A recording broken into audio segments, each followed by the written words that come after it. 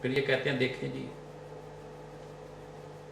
آپ کہتے ہیں ہر نبی کو، ہر رسول کو کتاب ملی، یہاں تو کہا گیا ہے کہ تمام انبیاء بنی اسرائیل کے جو یہودی تھے وہ اپنی باتوں کے فیصلے صرف تورات کے مطابق کرتے تھے۔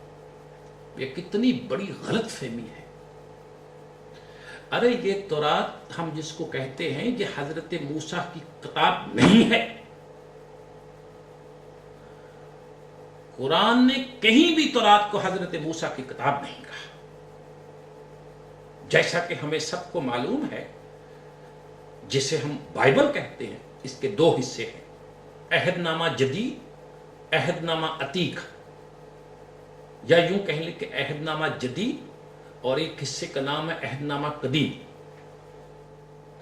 عہد نامہ جدید حضرت عیسیٰ کی مبینہ تعلیمات پر مشتمل ہے، اور عہد نامہ عتیق مختلف انبیاء بنی اسرائیل کی کتابوں کا مجموعہ ہے، جن میں حضرت موسیٰ کے صرف 5 صحیفے ہیں۔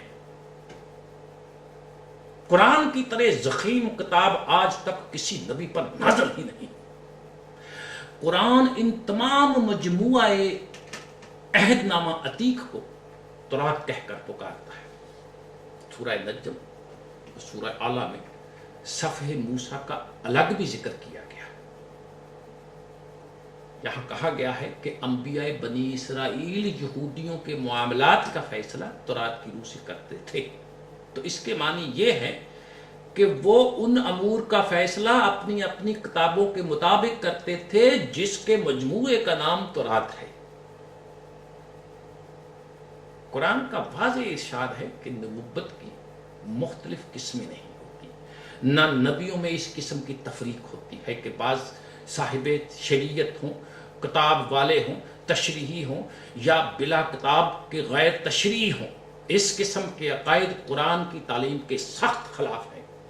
نبوت حضور اکرم صلی اللہ علیہ وسلم کی ذات اقدس پر ختم ہو گئی، اس کے بعد دعوی نبوت کذب اور افطرا ہے۔ پھر جب ان حضرات سے کہا جاتا ہے مرزا صاحب نے وحی کا بھی دعویٰ کیا تھا، تو اس کا جواب ہوتا ہے نبیوں کے علاوہ اوروں پر بھی وحی نازل ہوتی ہے، قرآن سے ثابت ہے۔ اس کی تائید میں قرآن کریم کی 2 آیات پیش کر دیتے ہیں۔ ایک تو سورہ قصص کی آیت نمبر 7 ہے کہ ہم نے موسیٰ کی طرف حکم بھیجا کہ وہ بچے کو دودھ پلائے۔ پھر سورہ مائدہ 111 میں ہے جب ہم نے حضرت عیسیٰ کے حواریوں کی طرف حکم بھیجا کہ وہ مجھ پر اور میرے رسول پر ایمان لائیں۔ مجھے اپنی بات کو پھر شروع سے شروع کرنا پڑے گا، مگر میں کروں گا۔ میں نے بتایا تھا وحی کے ایک معنی تو اصطلاحی ہیں، جس سے مراد ہے خدا کی طرف سے کسی رسول کو کوئی حکم ملنا۔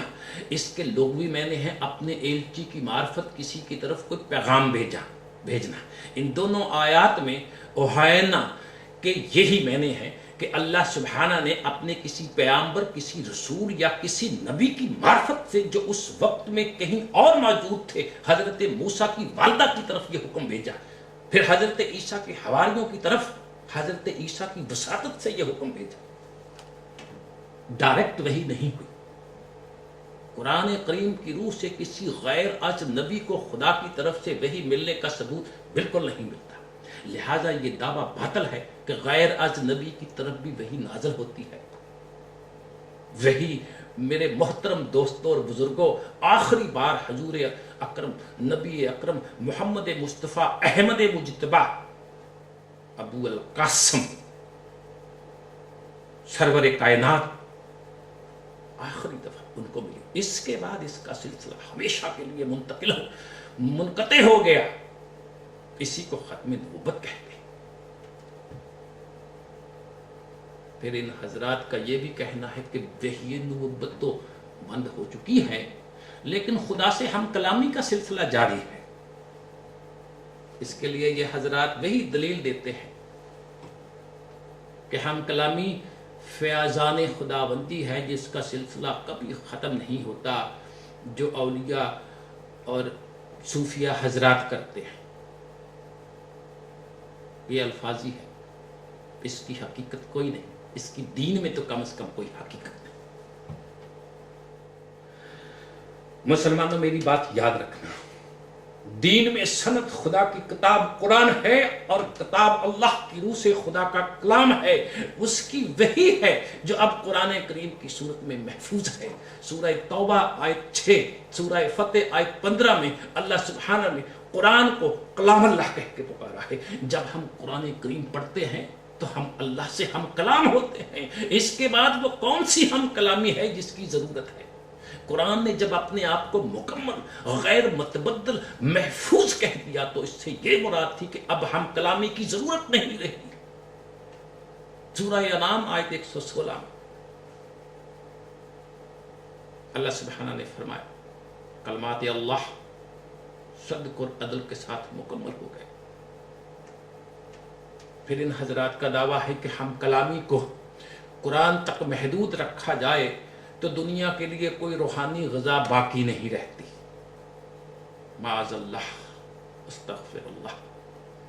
اس کا مطلب واضح یہ ہے کہ ان حضرات کے نزدیک یا ایسا سوچنے والوں کے نزدیک قرآن دنیا کے لیے کافی روحانی غذا مہیا نہیں کرتا۔ ارے مخالفین عرب کا بھی اسی قسم کا خیال تھا، جس کی اللہ سبحانہ نے سورہ عنکبوت آیت نمبر 51 میں تردید کی ہے۔ اللہ سبحانہ کا حکم ہوتا ہے کہ ان کے لیے یہ کافی نہیں، ہم نے تیری طرف یہ کتاب نازل کی جسے ان کے سامنے پیش کیا جاتا ہے، تو ان کافروں نے پتہ نہیں کیا جواب دیا ہوگا، جواب دیا بھی ہوگا یا نہیں دیا ہوگا، مگر یہ حضرات چھاتی پہ ہاتھ رکھ کر مار کر کہتے ہیں ہاں یہ کتاب دنیا کی روحانی غذا کے لیے کافی نہیں، اس کمی کو پورا کرنے کے لیے ہم کلامی کے سلسلے کا جاری رہنا ضروری ہے۔ خدا کی پناہ، ایسے ہی لوگوں کے لیے سورہ زمر آیت 45 میں حکم ہے جب ان کے سامنے اکیلے خدا کی بات کی جاتی ہے تو یہ لوگ جو آخرت کے منکر ہیں ان کا منہ سوج جاتا ہے، دلوں میں اضطراب پیدا ہو جاتا ہے، لیکن جب اس کے علاوہ دوسروں کا ذکر کیا جاتا ہے تو یہ بہت خوش ہوتے ہیں۔ اب ظاہر ہے یہ دوسرے وہی ہیں جن کے متعلق دعویٰ کیا جاتا ہے کہ وہ خدا سے ہم کلام ہوتے ہیں۔ یہ حضرات مرزا صاحب کے دعوی ہم کلامی کے ثبوت میں ان کی ہزاروں پیش گوئیاں سامنے لاتے ہیں اور کہتے ہیں کہ اس قدر پیشین گوئیاں کرنے والا خدا سے علم پائے بغیر کس طرح ممکن تھا پیشین گوئیاں کرتا۔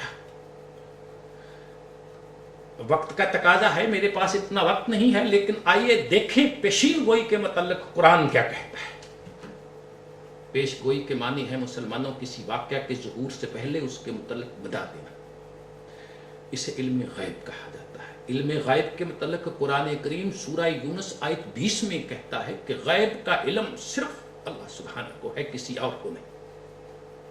اس کی تشریح میں دوسری جگہ سورہ نمل آیت 65 میں فرمایا اے رسول اس کا اعلان کر دو کہ خدا کے سوا کائنات میں غیب کا علم کسی کو نہیں، حتیٰ کہ رسولوں کو بھی از خود اس کا علم نہیں۔ حضور نبی اکرم محمد مصطفیٰ صلی اللہ احمد مجتبی ان کی زبان سے قرآن نے کہلوایا سورہ انعام آیت 50 غیب کا علم میں بھی نہیں جانتا، البتہ جس کے متعلق خدا چاہتا وحی کے ذریعے اپنے رسولوں کو مطلع کر دیتا ہے۔ سورہ آل عمران آیت 179 میں ہے کہ خدا تمہیں غیب کی باتیں نہیں بتاتا، البتہ وہ اپنے رسولوں میں سے اپنی مشیت کے مطابق اس کے لیے چن لیتا ہے۔ پھر دوسری جگہ سورہ جن آیت 26 اور 27 میں ہے عالم الغیب صرف خدا ہے، وہ اپنے علم غیب کو کسی پر ظاہر نہیں کرتا بجز اس کے کہ وہ اپنے رسولوں کو اس امر کے لیے منتخب کرے۔ تو اس وضاحت سے آپ سب کو یہ پتہ چل گیا ہوگا کہ غیب کی باتیں بذریعہ وحی رسولوں کو ملتی تھیں۔ چنانچہ نبی اکرم صلی اللہ علیہ وسلم جن امور غیب پر لوگوں کو مطلع کیا کرتے تھے ان کے ساتھ ان کو بتا دیا سورہ آل عمران آیت 44 اور سورہ یونس 102 کہ یہ غیب کی خبریں ہیں جنہیں ہم نے تیری طرف وحی کیا ہے۔ میرے محترم دوستوں اور بزرگوں، چونکہ وحی کا سلسلہ حضور نبی اکرم صلی اللہ علیہ وسلم کی ذات پر ختم ہو گیا، لہذا علم غیب بھی حاصل ہونا لوگوں کو ختم ہو گیا۔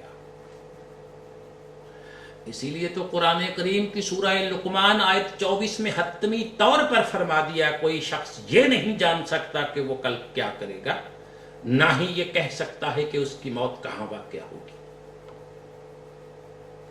قرآن کی ان تصریحات کی روشنی میں واضح ہے کہ اب جو شخص یہ کہتا ہے کہ میں کل مستقبل کا علم رکھتا ہوں، اسی کو تو پیشین گوئی کہتے ہیں، تو وہ یا تو رسول ہونے کا دعویٰ کرتا ہے، کیونکہ قرآن نے کہا ہے کہ غیب کا علم صرف رسولوں کو دیا جاتا تھا، تو یا پھر معاذ اللہ خدا کو چیلنج دیتا ہے کہ تم تو کہتے تھے کہ کوئی شخص کل کی بات نہیں جان سکتا، دیکھو میں کس طرح کل آنے والے کل کی نہیں برسوں بعد کی خبریں بھی بتا دیتا ہوں۔ یہ قادیانی حضرات لاہوری ہوں یا قادیانی ہوں، عجیب قسم کے مخمصہ میں پھنسے ہوئے ہیں۔ مرزا صاحب کو رسول بھی نہیں مانتے، انہیں غیب کے علم کا عالم بھی مانتے ہیں، پیشین گوئیوں کرنے والا بھی مانتے ہیں۔ اس کے لیے ایک عجیب و غریب دلیل پیش کرتے ہیں۔ قرآن مجید سورہ حمیم سجدہ میں ایک آیت ہے کہ جن لوگوں نے کہہ دیا ہمارا رب اللہ ہے اور پھر اپنے اس ایمان پر جم کر کھڑے ہو گئے، تو ان پر ملائکہ کا نزول ہوتا ہے جو ان سے کہتے ہیں کہ تم مت خوف کھاؤ، مت گھبراؤ، اور اس جنت کی خوشخبری لو جس کا تم سے وعدہ کیا گیا تھا۔ ہاں یہ آیت ہے، اور یہ حضرات کہتے ہیں دیکھیے اس آیت میں خدا کے مخلص بندوں پر ملائکہ کے نازل ہونے، انہیں بشارت دینے کا ذکر موجود ہے۔ یہی بشارات مبشرات ہیں جو پیشین گوئیاں کہلواتی ہیں۔ سبحان اللہ۔ نمبر ایک تو میرے دوستوں اور بزرگوں، ملائکہ کی ہستی مبادئ الطبیعتی حقائق سے ہے، جس کی کنہا اور ماہیت اور اس کی کیفیت کے متعلق، ان کی حیثیت کے متعلق ہم کچھ نہیں جان سکتے۔ قرآن نے ان کے افعال اور خصائص کے متعلق جو کچھ کہا ہے اس پر ہمارا ایمان ہے۔ مثال کے طور پر وہ جہاں مومنین کے لیے جنت کی بشارت کا ذکر کرتا ہے، وہاں کفار کے متعلق بھی سورہ انفال آیت 50 میں فرمایا اگر تم اس منظر کو دیکھ سکتا جب ملائکہ کفار کو وفات دیتے ہیں، ان کے چہروں اور پیٹھ پر سخت مار مارتے ہیں، ان سے یہ کہتے ہیں کہ تم جلا دینے والے عذاب کا مزہ چکھو۔ اب آپ مجھے بتائیں، مرنے والے کفار بھی ہمارے سامنے ہوتے ہیں، لیکن ملائکہ ان کے ساتھ جو کچھ کرتے ہیں ہمیں وہ نظر نہیں آتا، اور نہ ہی قریب المرگ اس کی کوئی شہادت دیتا ہے۔